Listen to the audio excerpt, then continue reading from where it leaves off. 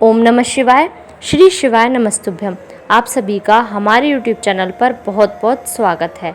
आज मैं आप सभी को श्रावण मास के महात्म्य का दूसरा अध्याय सुनाती हूँ।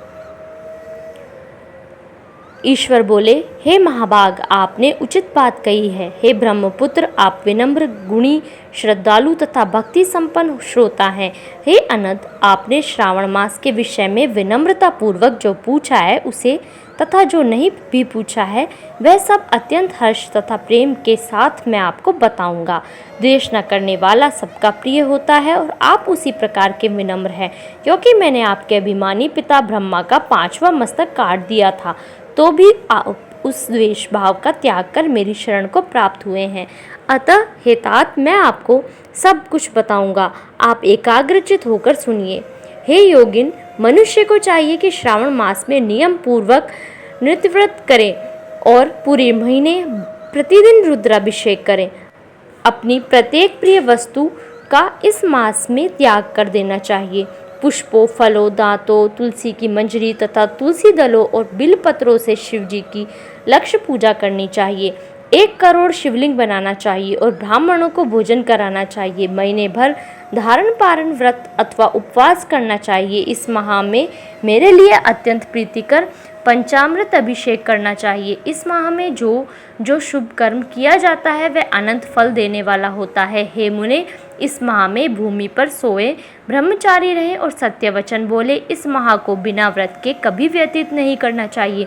फलाहार अथवा हविष्यान्न ग्रहण करना चाहिए। पत्ते पर भोजन करना चाहिए। व्रत करने वाले को चाहिए कि इस मास में शाक का पूर्ण रूप से परित्याग कर दे। हे मुनिश्रेष्ठ, इस मास में भक्ति युक्त होकर मनुष्य को किसी न किसी व्रत को अवश्य करना चाहिए। सदाचार परायण, भूमि पर शयन करने वाला, प्रातः स्नान करने वाला और जितेंद्रिय होकर मनुष्य को एकाग्र किए मन से प्रतिदिन मेरी पूजा करनी चाहिए। इस मास में किया हुआ पुरुष चरण निश्चित रूप से मंत्रों की सिद्धि करने वाला होता है। इस मास में शिव के षडाक्षर मंत्र का जप अथवा गायत्री मंत्र का जप करना चाहिए और शिव जी की प्रदक्षिणा, नमस्कार तथा वेद पारायण करना चाहिए। पुरुष सूक्त का पाठ अधिक फल देने वाला होता है। इस मास में किया गया ग्रह यज्ञ, कोटि होम, लक्ष्य होम तथा अयुत होम शीघ्र ही फलीभूत होता है और अभिष्ट फल प्रदान करता है। जो मनुष्य इस मास में एक भी दिन व्रतहीन व्यतीत करता है वह महाप्रलय पर्यंत घोर नरक में वास करता है। यह मास मुझे जितना प्रिय है उतना कोई अन्य मास प्रिय नहीं है। यह मास सकाम व्यक्ति को अभिष्ट फल देने वाला तथा निष्काम व्यक्ति को मोक्ष प्रदान करने वाला है। हे सतम, इस मास के जो व्रत तथा धर्म है उन्हें मुझसे सुनिए। रविवार को सूर्य व्रत तथा सोमवार को मेरी पूजा व नित्य भोजन करना चाहिए।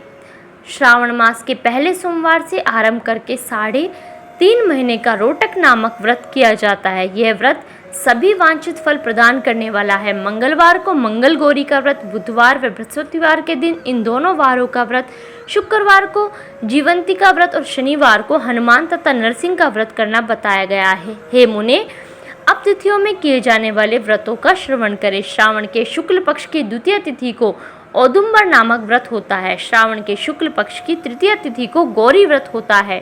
इसी प्रकार शुक्ल की चतुर्थी तिथि को दुर्वार गणपति नामक व्रत किया जाता है। हे मुने, उसी चतुर्थी का दूसरा नाम विनायक की चतुर्थी भी है। शुक्ल पक्ष में पंचमी तिथि नागों के पूजन के लिए प्रशस्त होती है।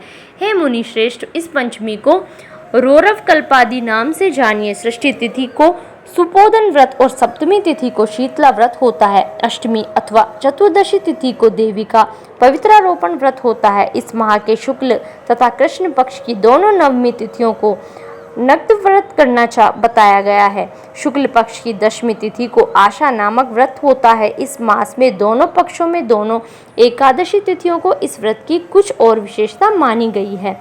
श्रावण मास के शुक्ल पक्ष की द्वादशी तिथि को श्री विष्णु का पवित्रारोपण व्रत बताया गया है। इस द्वादशी तिथि में भगवान श्रीधर की पूजा करके मनुष्य परम गति प्राप्त करता है उत्सर्जन, उपाकर्म, सभादीप, सभा में उपाकर्म, इसके बाद रक्षाबंधन, पुनः स्वर्णाकर्म, सर्पबलि और हयग्रीव का अवतार, ये 7 कर्म पूर्णमासी तिथि को करने हेतु बताए गए हैं। श्रावण मास के कृष्ण पक्ष में चतुर्थी तिथि को संकष्टी चतुर्थी व्रत कहा गया है। श्रावण मास के कृष्ण पक्ष की पंचमी तिथि के दिन मानव कल्पादि नामक व्रत को जानना चाहिए। हे द्विजोत्तम, कृष्ण पक्ष की अष्टमी तिथि को श्री कृष्ण का पूर्ण अवतार हुआ, इस दिन उनका अवतार हुआ, अतः महान उत्सव के साथ इस दिन व्रत करना चाहिए। हे मुनि श्रेष्ठ, इस अष्टमी को मनवादी तिथि जानना चाहिए। श्रावण मास की अमावस्या तिथि को पिठोरा व्रत कहा जाता है। इस तिथि में कुशों का ग्रहण और वृषभों का पूजन किया जाता है। इस मास में शुक्ल पक्ष की प्रतिपदा तिथि से लेकर सब तिथियों के पृथक पृथक देवता हैं। प्रतिपदा तिथि के देवता अग्नि, द्वितीय तिथि के देवता ब्रह्मा, तृतीय तिथि की गौरी और चतुर्थी के देवता गणपति हैं। पंचमी के देवता नाग हैं और षष्ठी तिथि के देवता कार्तिकेय हैं। सप्तमी के देवता सूर्य और अष्टमी के देवता शिव हैं।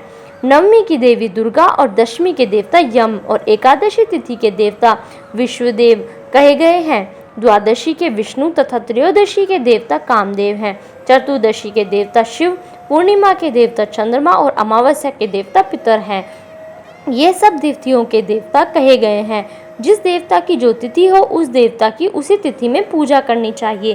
प्राय इसी मास में अगस्त्य का उदय होता है। हे मुने, मैं उस काल को बता रहा हूँ, आप एकाग्रचित होकर सुनिए। सूर्य के सिंह राशि में प्रवेश करने के दिन से जब 12:40 घड़ी व्यतीत हो जाती है तब अगस्त्य का उदय होता है। उसके 7 दिन पूर्व से अगस्त्य को अर्घ्य प्रदान करना चाहिए। 12 मासों में सूर्य पृथक पृथक नामों से जाने जाते हैं। उनमें से श्रावण मास में सूर्य गभस्ती नाम वाला होकर तपस्या है। इस मास में मनुष्यों को भक्ति संपन्न होकर सूर्य की पूजा करनी चाहिए। हे सत्तम, 4 मासों में जो वस्तुएं वर्जित हैं उन्हें सुनिए। श्रावण मास में शाक तथा भाद्रपद में दही का त्याग करना चाहिए। इसी प्रकार आश्विन में दूध तथा कार्तिक में दाल का परित्याग कर देना चाहिए। यदि इन मासों में इन वस्तुओं का त्याग नहीं कर सके तो केवल श्रावण मास में ही उक्त वस्तुओं का त्याग करने से मानव उसी फल को प्राप्त कर लेता है। हे मानद, यह बात मैंने आपसे संक्षेप में कही है। हे मुनि श्रेष्ठ, इस मास के व्रतों और धर्मों के विस्तार को सैकड़ों वर्षों में भी कोई नहीं कह सकता। मेरी अथवा विष्णु की प्रसन्नता के लिए संपूर्ण रूप से व्रत करना चाहिए। परमार्थ की दृष्टि से हम दोनों में भेद नहीं है। जो लोग भेद करते हैं वे नरकगामी होते हैं। अतः हे संत कुमार, आप श्रावण मास में धर्म का आचरण कीजिए। धन्यवाद। इस वीडियो में बस इतना ही। प्लीज़ आप मेरी वीडियो को लाइक कीजिए, शेयर कीजिए और मेरे चैनल को सब्सक्राइब कीजिए।